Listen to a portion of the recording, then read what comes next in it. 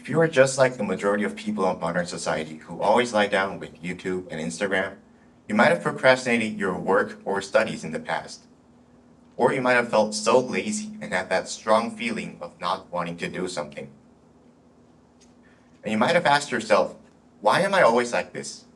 Why do I always procrastinate or become so lazy that I can't even finish my own work? This can lead to guilt, especially when it comes to studying, because you would feel like your own dream is running away from you. I am a professional when it comes to being a lazy worker, and I know what it's like to have that guilt. I also know that even with that guilt, it is not easy to escape that laziness. But look around you. The person sitting right next to you probably has the same experience. And so does everybody in this room. You're not the only one.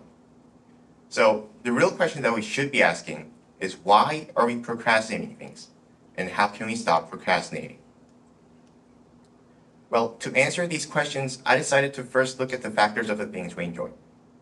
The first thing that came to my mind was video games. Everybody loves video games, right? Then what is it about video games that keeps so many people obsessed with it? Well, as a video game lover, I was able to come up with two answers. The first one was that addictive video games have streaks. Streak is a system that gives you a reward for something that you do consecutively. For example, if you log into the game every day, the game will give you bigger and bigger prizes each time you log in, which will make you want to come back to the game even more. The second thing that I found was that video games never ask players to do something too difficult or something that just seems too impossible. When you turn on the game for the first time, the game doesn't ask you to fight the final boss. When you turn on the game for the first time, the game gives you small quests. Small enough so that even a beginner could accomplish it. So there are two factors that play when it comes to making people want to do something. The first one is streaks, and the second one is taking easy steps at a time. These two factors add up to produce a neurotransmitter called dopamine. Now, you might have heard of dopamine even before this, since dopamine detox is getting spotlighted these days. Which is why I want to first introduce when and how dopamine works in order to give you a better and accurate understanding of how this neurotransmitter works. Dopamine is produced when we feel something pleasurable. Our midbrain releases dopamine as a signal to tell us to keep looking for that feeling.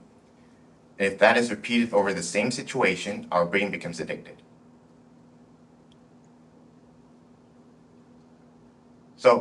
And that is how dopamine creates an unseen inertia that keeps us going. You might have experienced this inertia before in your life, maybe when you're eating your candies or maybe even exercising. It's really hard to stop what you're doing. So let's get back to what we were talking about in the beginning. I told you that I would give you some tips and theories for starting your work.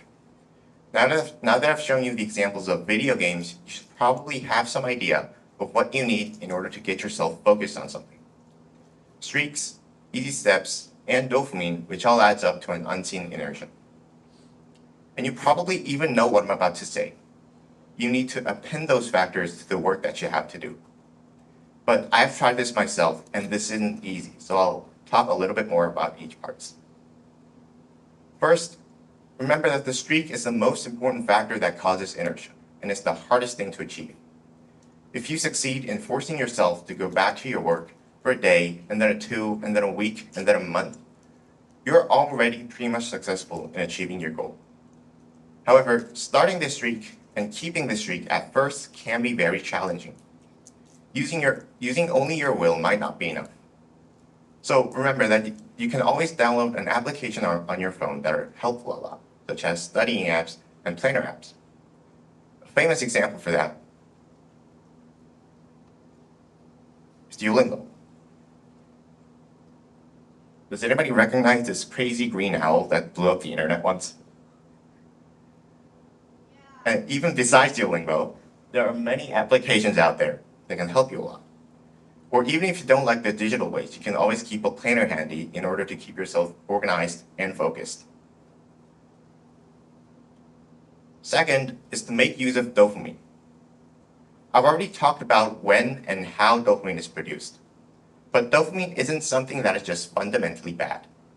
Dopamine causes pleasure, and if that happens over the same situation chronically, our brain becomes addicted. However, if you bring enough achievement to your work, dopamine will be produced while doing your work as well. Maybe not as much as when you're playing video games, but the pleasure it gives will surely help you focus. And this relates to creating easy steps.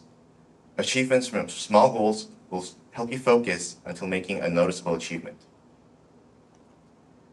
Before we finish, I want to show you a page from an actual planner that I've been keeping since the beginning of the summer. It shows you how I planned my studying, and sometimes I fail to finish what I had planned, but at the end of the day, I try to finish it. This may not look like the most organized planner ever, but I just wanted to show that anybody can put this much effort into their work. Even a lazy worker like myself was able to do it. One last important thing is that the change needs to happen inside you. But you don't need to worry, because if you're listening to this and you start putting these theories into action, this change has already been sparked inside you. So go out there, find your passion, find your dreams, and I hope you achieve all of it. Thank you.